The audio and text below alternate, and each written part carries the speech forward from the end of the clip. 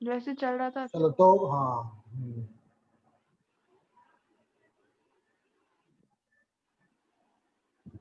ठीक है। Proper electric field lines क्या होती है? जैसे मान लो ये कोई चार्ज है प्लस क्यू, इसके पास मैंने कोई क्यू चार्ज को रखा, तो ये कैसे भागेगा? ऐसे जाएगा सीधा का सीधा, तो ये इस तरह से इसके आगे जाएगा। यहां पे रखूंगा तो इस तरह से आगे जाएगा। तो ये जो पाथ बन रहा है, this path represent electric field lines. तो अगर किसी पॉजिटिव चार्ज को, अगर आप टेस्ट चार्ज, पॉजिटिव चार्ज मतलब जो टेस्ट चार्ज है, अगर उसको रखोगे तो उसका जो पाथ होगा, that path represent electric field lines. उस इलेक्ट्रिक फील्ड लाइंस की क्या प्रॉपर्टी होती है, उस प्रॉपर्टी को डिस्कस करते हैं हम लोग। तो सबसे पहली property, electric field lines originate from positive charge, positive charge से बाहर की तरफ निकलती है and terminate at negative charge. तो मान लो आपके पास कोई प्लस क्यू चार्ज है, इस प्लस क्यू चार्ज से electric field lines, plus Q charge से electric field lines, plus Q charge से इलेक्ट्रिक फील्ड लाइंस क्या होगी? बाहर जाएगी। ऐसे बाहर की तरफ डायरेक्शन बनाना, बाहर।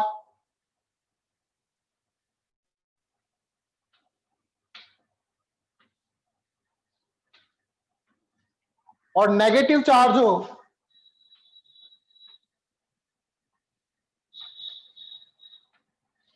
तो उसमें अंदर की तरफ जाती हुई लगेगी आपको।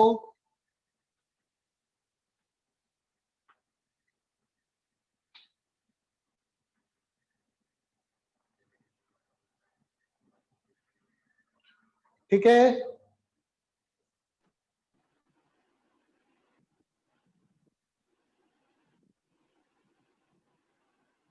तो नेगेटिव चार्ज में टर्मिनेट होती है और पॉजिटिव चार्ज में से ओरिजिनेट होती है।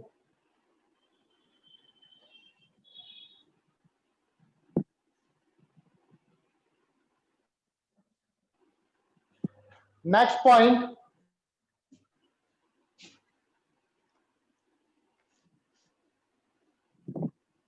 tangent at any point, tangent at any point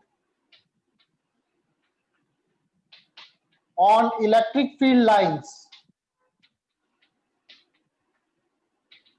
represent net electric field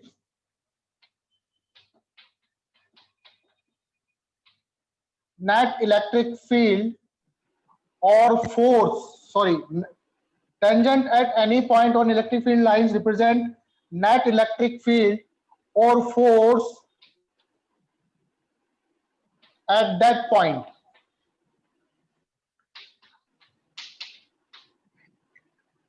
जैसे ये इलेक्ट्रिक फील्ड लाइन से मान लो इस तरह से कर्व है, तो यहां पर अगर मैं टेंजेंट बनाऊं, ये तो हो गया इलेक्ट्रिक फील्ड लाइंस EFL, और ये हो जाएगा आपका इलेक्ट्रिक फील्ड की डायरेक्शन। तो इस पॉइंट पे जो टेंजेंट है, ये टेंजेंट दे रहा है किसकी डायरेक्शन? इलेक्ट्रिक फील्ड की डायरेक्शन दे रहा है। ठीक है, ये जो टेंजेंट है ये किसकी डायरेक्शन दे रहा है आपको? इलेक्ट्रिक फील्ड की डायरेक्शन दे रहा है। इलेक्ट्रिक फील्ड लाइंस पर टेंजेंट क्या रिप्रेजेंट करेगा? इलेक्ट्रिक फील्ड को। टेंजेंट क्या रिप्रेजेंट करेगा? इलेक्ट्रिक फील्ड को, या फिर फोर्स को भी रिप्रेजेंट करेगा। इसलिए that's why electric field lines, that's why electric field lines is also called electric line of force. Electric line of force, इसलिए इसको इलेक्ट्रिक लाइन ऑफ फोर्स भी बोलते हैं हम लोग। इसको ELF भी ले सकते हो आप। Electric line of force. बात समझ में आई? यस सर,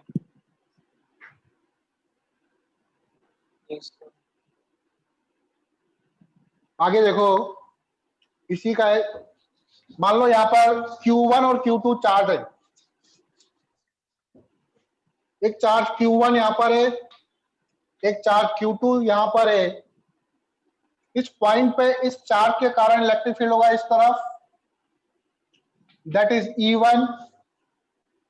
इस पॉइंट के कारण यहां पे इलेक्ट्रिक फील्ड होगा इस तरफ, दैट इज E2। और इन दोनों का जो नेट होगा यहां का ही होगा, E नेट। तो जो इलेक्ट्रिक फील्ड लाइन से वो किसकी बनेगी? E1 की बनेगी, E2 की बनेगी, E नेट की बनेगी? E net sir. किसकी बनेगी? E नेट की। तो इलेक्ट्रिक फील्ड लाइन पे जो टेंजेंट होता है वो क्या रिप्रेजेंट करता है? E नेट को रिप्रेजेंट करता है। E नेट को कौन रिप्रेजेंट कर रहा है?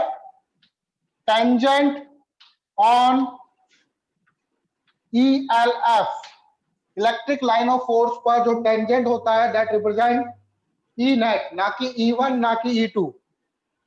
आई बात समझ में? Yes sir. अगला point, electric field lines do not cross each other.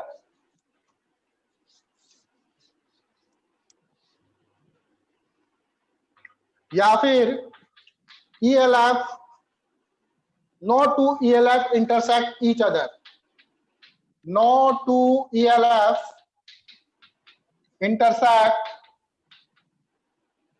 each other।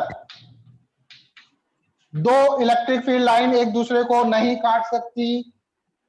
क्यों काटेगी तो क्या होगा? मान लो दो ELF है, एक ELF ये है, एक ELF ये है। ELF1, electric field lines 1, electric line of force 2। इस पॉइंट पे दो टेंजेंट बनेंगे, एक तो बनेगा ऐसे और एक बनेगा ऐसे।